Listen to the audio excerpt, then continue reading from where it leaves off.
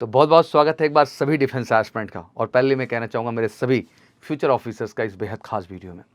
आज का जो टॉपिक वो काफ़ी इंटरेस्टिंग है और मुझे लगता है कि 10+2 पास किए हुए बच्चे और जो बच्चे हमारे 10th पास किए हुए हैं या जिन बच्चों ने 11th का एग्ज़ाम दे दिया है, 10th का एग्ज़ाम दे दिया है, 12th का एग्ज़ाम दे दिया है, उन सभी के लिए वीडियो बहुत खास है एग्जैक्टली। और इस वीडियो से बहुत कुछ सीखने को मिलेगा और मुझे लगता है कि आप अपना करियर डिफेंस फोर्सेस में एक सही दिशा में ले जा सकेंगे। तो लास्ट तक वीडियो में बने रहिए और ये वीडियो में ज़रूर कहूँगा कि अपने सभी दोस्त जो 10th 11th 12th स्टैंडर्ड का एग्ज़ाम दे के बैठे हैं उनको ज़रूर शेयर करिएगा। उनके लिए बहुत महत्वपूर्ण है अगर उन्हें रक्षा क्षेत्र डिफेंस फोर्सेस में अपना करियर बनाना है तो सबसे पहले हम बात करेंगे आज 12th पास कैंडिडेट को।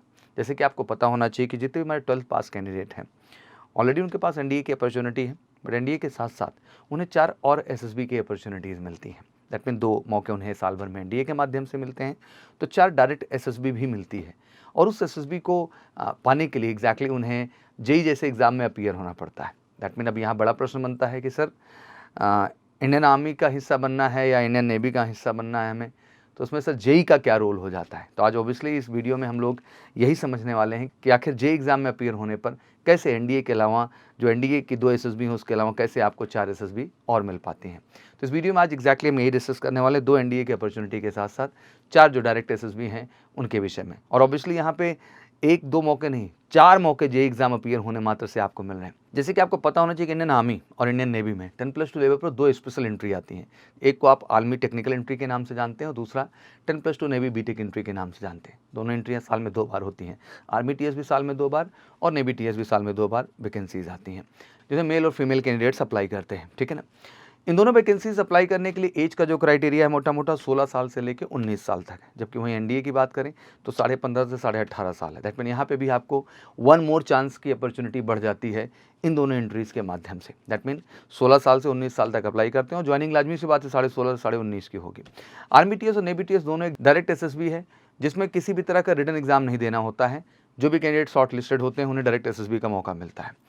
आर्मी टीएस नेवी टीएस का फॉर्म फिल करने के लिए आखिर योग्यता क्या है सर? सिंपली आपका पीसीएम होना चाहिए और पीसीएम में एक परसेंटेज की रिक्वायरमेंट होती है। जैसे आर्मी टीएस के जो बच्चे हैं अगर आपका पीसीएम में एग्रीगेट, ध्यान दीजिएगा एग्रीगेट 60% है तो आप इस फॉर्म को अप्लाई करने के लिए एलिजिबल हैं। बस साथ में आपका जेई एग्जाम होना ज़रूरी है। और 10+2 नेवी बीटेक में आपका 70% पीसीएम में होना ज़रूरी है। एग्रीगेट तीनों मिला के मैथ फिजिक्स केमिस्ट्री कम ज़्यादा भी चल सकता है तीनों में, तो बट 70 होना चाहिए टोटल। वहाँ पे भी आपका बिल्कुल 70% है, इस फॉर्म को अप्लाई कर सकते हैं। बट इसमें भी जेई मेन की रैंक जो है वो इंपॉर्टेंट है और दोनों को आधार बना के फाइनली आपको शॉर्ट लिस्ट किया जाता है। Short list candidate direct SSB के लिए जाते हैं। अब यहाँ सबसे बड़ा प्रश्न यही बनता है कि आज जितने भी मेरे बच्चे हैं जो 12th का एग्ज़ाम दे के आए हैं, जब मैं उनसे पहली बार मिलता हूँ और पहला प्रश्न करता हूँ क्या बेटा आपने जेई का एग्ज़ाम दिया, तो बच्चे बड़े गर्व से कह देता है सर नहीं। इस वजह से नहीं कि बच्चे के मन में कोई गलत बात है जेई को लेकर के, इसलिए क्योंकि उसको पता ही नहीं है कि जेई एग्ज़ाम के माध्यम से उसकी 4 एसएसबी सामने 2024 में अलाइन होने वाली है और ये बड़ा दुखद है एग्जैक्टली। इसलिए मैं कहता हूँ कि जो बच्चे 10th के बाद फाउंडेशन प्रोग्राम शुरू करते हैं उनका सबसे बड़ा बेनिफिट यही है कि वो एनडीए के साथ साथ बोर्ड के साथ साथ अपनी जेई की भी बेहतर प्रिपरेशन में लगते हैं और अपीयरिंग में ही एनडीए और जेई दोनों अपीयर होते हैं। आज चैलेंज तो सामने हमारे खड़ा है क्योंकि जो 12th का एग्ज़ाम बच्चा दे के आ रहा है उसने लास्ट सितंबर एनडीए खो दिया है, 11th के जस्ट बाद वाला अपने अप्रैल ये अटेम्प्ट वो खो ही रहा है और जिस तरह से देरी कर रहा है सितंबर में भी कहीं ना कहीं रिस्क फैक्टर है। और इन सब के अलावा अगर हम बात करें तो जेई मेन ना अपीयर होने की वजह से जो 4 एसएसबी इस साल मिलने हैं वो भी मौके चले गए।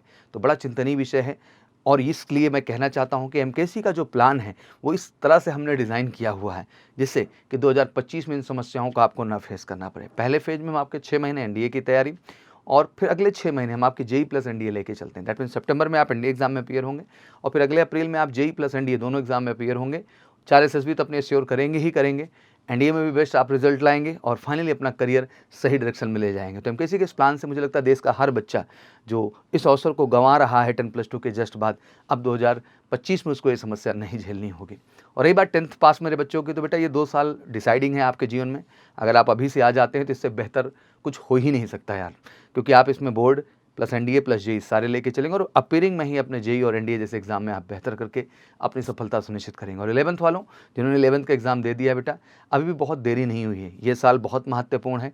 आने वाले सितंबर में आप एनडीए एग्जाम देने जा रहे हैं, फिर जेएन में आपको जेई एग्जाम में बैठना है, फिर बोर्ड एग्जाम में, फिर पुनः आप एनडीए और जेई एग्जाम में अपीयर होंगे। और मुझे लगता है कि इतने मौके अगर केवल 11th के जस्ट बाद हैं, तो मुझे लगता है कि यही सही समय है अपने करियर को शुरुआत करने का। तो मैं यही कहना चाहूँगा मेरे सभी 10th, 11th और 12th पास कैंडिडेट को कि जितना जल्द आकर के आप एमकेसी के साथ शुरुआत करेंगे, उतना जल्द अपना करियर एश्योर करेंगे, क्योंकि एमकेसी इकलौता संस्थान है भारत का जो आपको एनडीए प्लस जेईई की एक बेहतरीन प्रिपरेशन देता है और फाउंडेशन प्रोग्राम में एनडीए प्लस जेईई बोर्ड की एक बेहतर प्रिपरेशन देता है। तो फिर इंतजार किस बात का कर रहे हैं, आइए और साल भर में 6 एसएसबी की अपॉर्चुनिटी, 2 एनडीए के माध्यम से, 2 आर्मी टीएस और 2 नेवी टीएस की 6 एसएसबी की प्लानिंग करते हैं और श्योर शॉर्ट रिकमेंडेशन लेके फौज का हिस्सा बनने का गर्व महसूस करते हैं। सिंपली उसके लिए उठाना है फ़ोन, करना है कॉल हमें 9696330033 पर, और कॉल करके आप फटाफट प्री बुकिंग कर सकते हैं।